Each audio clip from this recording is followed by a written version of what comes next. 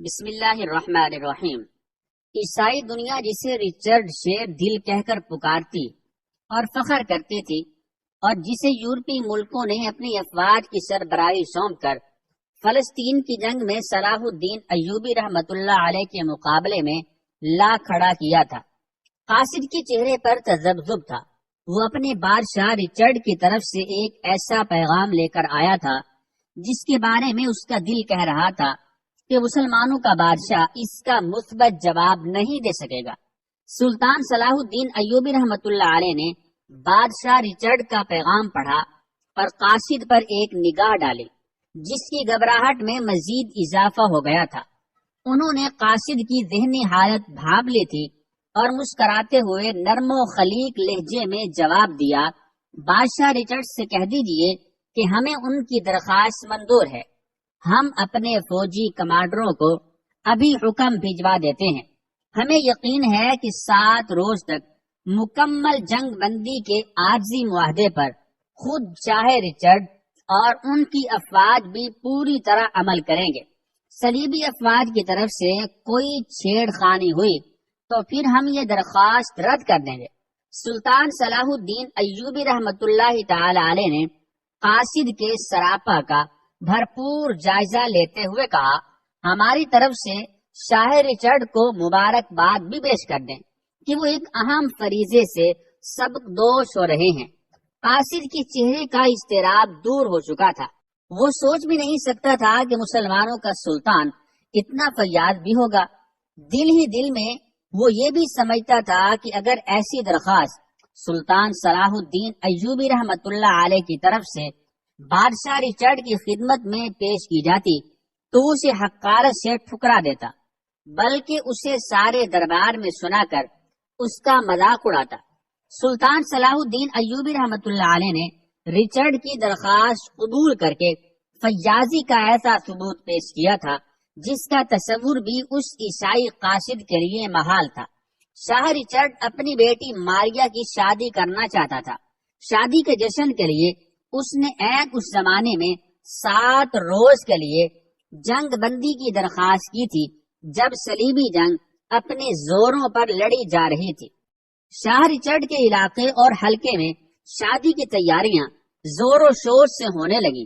تھکے ماندے سپاہیوں کو بھی سستانے کا موقع مل گیا۔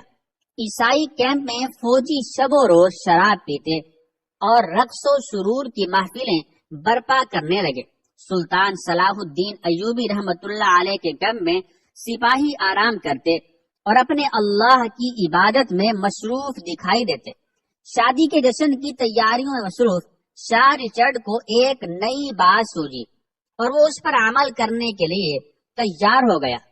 قاصد پھر سلطان صلاح الدین ایوبی رحمت اللہ تعالی علیہ کے دربار میں حاضر ہوا۔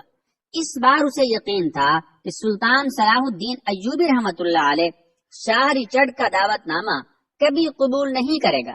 ذہین اور عاقل قاصد بڑے غور سے سلطان صلاح الدین ایوبی رحمت اللہ علیہ کے چہرے کے تاثرات سمجھنے کی کوشش کر رہا تھا۔ سلطان صلاح الدین ایوبی رحمت اللہ علیہ نے دعوت نامہ پڑھتے وقت کسی تاثر یا رد عمل کا اظہار نہیں کیا۔ سلطان نے ایک نگاہ اپنے درباریوں پر ڈالی اور پھر قاصد کی طرف دیکھا اور کہنے لگے، میں شاہ ریچرڈ کا شکر گزار ہوں کہ انہوں نے مجھے اپنی مسرتوں میں شرکت کے لیے یاد رکھا۔ شاہ ریچرڈ کو میرا پیغام دینا کہ میں شادی کی تقریب میں ضرور شرکت کروں گا۔ قاصد یہ جواب لے کر سلطان صلاح الدین ایوبی رحمت اللہ علیہ کے خیمے سے باہر نکلا تو وہ مسکرا رہا تھا۔ اس کا دل کہہ رہا تھا کہ سلطان صلاح الدین ایوبی رحمت اللہ علیہ نے اگرچہ شادی کے جشن میں شرکت کے لیے حامی بھر لی ہے، لیکن وہ اپنا وعدہ ایفا نہیں کرے گا۔ بھلا کون ایسا شخص ہو سکتا ہے جو دشمنوں کی کچھار میں جانے پر آمادہ ہو؟ وہ ضرور بعد میں کسی مصروفیت کا عذر پیش کر دے گا۔ شاہ ریچرڈ کی بیٹی شہزادی ماریا کی شادی کا دن آ گیا۔ پورے طرز و احتشام سے عیسائی طریقے کے مطابق شہزادی کی شادی ہوئی۔ رات کو شادی کی خوشی میں جشن کی تقریب منعقد ہونے والی تھی اور اس میں سلطان صلاح الدین ایوبی رحمت اللہ علیہ کو شرکت کے لیے دعوت بھیجی گئی تھی۔ شام سے پہلے ہی صلیبی کیمپ کا گوشہ گوشہ ان دلوں اور روشنیوں سے جگمگانے لگا۔ سپاہی شراب پی رہے تھے، ناچ اور گا رہے تھے۔ شاہ رچرڈ کے خیمے میں اس کے درباری، جرنیل اور عزیز و اقارب جمع ہو چکے تھے۔ شہزادی ماریا اپنی سہیلیوں کے جھرمٹ میں نئی نویلی دلہن بنی بیٹھی تھی۔ شاہ رچرڈ ہانکنے لگا تھا۔ وہ اپنی شجاعت کے قصیدے خود ہی پڑھ رہا تھا، بار بار اپنے سامعین کو کہہ رہا تھا کہ سلطان صلاح الدین ایوبی نہیں آئے گا، اس میں ہمارے کیمپ کا رخ کرنے کی جرت کہاں۔ سلطان صلاح الدین ایوبی رحمت اللہ علیہ نے اپنے کیمپ میں بڑے اطمینان اور خضوع و خشوع سے عشاء کی نماز ادا کی۔ نماز سے فارغ ہو کر وہ خیمے سے باہر نکلے، جہاں ایک خادم ان کا خاص گھوڑا لیے موجود تھا۔ سلطان صلاح الدین ایوبی رحمت اللہ علیہ گھوڑے پر سوار ہوئے اور گھوڑا چلنے لگا۔ سلطان صلاح الدین ایوبی رحمت اللہ علیہ کے پیچھے 2 گھڑ سوار بھی چلے آ رہے تھے، جو شادی کے تحائف اٹھائے ہوئے تھے۔ اب رات بہت ہو گئی شاہ معظم۔ ایک درباری نے شاہ رچرڈ کو مخاطب کر کے کہا، مسلمانوں کا سلطان، مسلمانوں کا بادشاہ نہیں آئے گا، اب کھانے۔ شاہ رچرڈ نے اس کی بات کاٹتے ہوئے کہا، مجھے معلوم تھا وہ نہیں آئے گا۔ میں نے اسے مرعوب کرنے کے لیے جو انتظام کیے تھے وہ بیکار گئے۔ عین اسی لمحے حاجب نے اعلان کیا، مسلمانوں کے سلطان صلاح الدین ایوبی رحمت اللہ علیہ تشریف لا رہے ہیں۔ حیرت اور استعجاب سے شاہ رچرڈ اور اس کے درباریوں کے منہ کھلے کے کھلے رہ گئے۔ شاہ رچرڈ اپنی حیرت اور بھوک ہلاہٹ پر قابو پانے کی کوشش کرتے ہوئے باہر کی طرف لپکا۔ تھوڑی دیر بعد سلطان صلاح الدین ایوبی رحمت اللہ تعالی علیہ اپنے 2 خدمت گاروں کے ساتھ خیمے میں داخل ہوئے۔ خادموں نے تحائف اٹھا رکھے تھے۔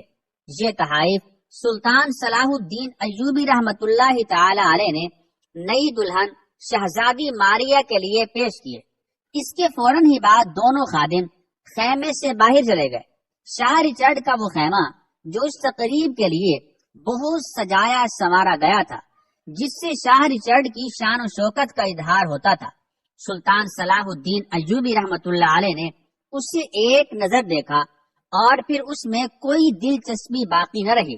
عیسائی سردار، جرنیل اور اکابرین حیرت سے اس شخص کو دیکھ رہے تھے جس کے خلاف وہ لڑ رہے تھے، اور وہ کمال بے نیازی سے اکیلا ان کے درمیان بیٹھا تھا۔ اسے کسی قسم کے خوف اور خطرے کا احساس تک نہ تھا۔ سلطان صلاح الدین ایوبی رحمت اللہ علیہ کی یہ بے نیازی، مردانہ وقار شاہ رچرڈ کو کھٹکنے لگا۔ اس نے سلطان صلاح الدین ایوبی رحمت اللہ علیہ سے کہا، آپ کے جنگ سے دستبردار ہونے کا وقت آ گیا ہے۔ مگر کیوں؟ سلطان صلاح الدین ایوبی رحمت اللہ علیہ نے کمال سادگی سے پوچھا۔ وہ اس لیے کہ یروشلم پر عیسائیوں کا حق ہے، یہ ہمارا مقدس مقام ہے۔ پھر ساری دنیا کے عیسائی یروشلم کے لیے سر دھڑ کی بازی لگائے ہوئے ہیں، اور وہ بھی اس سے دستبردار نہیں ہوں گے۔ اس لیے آپ جیت نہیں سکیں گے اور بلا وجہ مسلمان سپاہیوں کی موت کا باعث بنیں گے۔ سلطان صلاح الدین ایوبی رحمت اللہ علیہ کا چہرہ بے تاثر تھا۔ وہ کسی بات سے کوئی اثر نہیں لے رہے تھے۔ انہوں نے بڑے وقار سے جواب دیا، شاہ رچرڈ، یہ بحث بے وقت اور بیکار ہے۔ یہ خوشی کا موقع ہے۔ فلسطین کا فیصلہ میدان جنگ میں ہوگا، اس کے سوا اس مسئلے کا کوئی اور حل نہیں۔ چند روز میں فیصلہ ہو جائے گا، کون جیتتا ہے اور کون ہارتا ہے۔ سلطان صلاح الدین ایوبی رحمت اللہ علیہ کے اس مسکت جواب نے شاہ رچرڈ کو یہ موضوع بدل لینے پر مجبور کر دیا۔ وہ دیکھ رہا تھا کہ اس کے درباری اور اس کے جرنیل سلطان صلاح الدین ایوبی رحمت اللہ تعالی علیہ کی سنجیدگی اور بے خوفی سے متاثر ہوتے چلے جا رہے ہیں۔ اب شاہ رچرڈ نے اپنا خفیہ ہتھیار استعمال کرنے کا فیصلہ کیا۔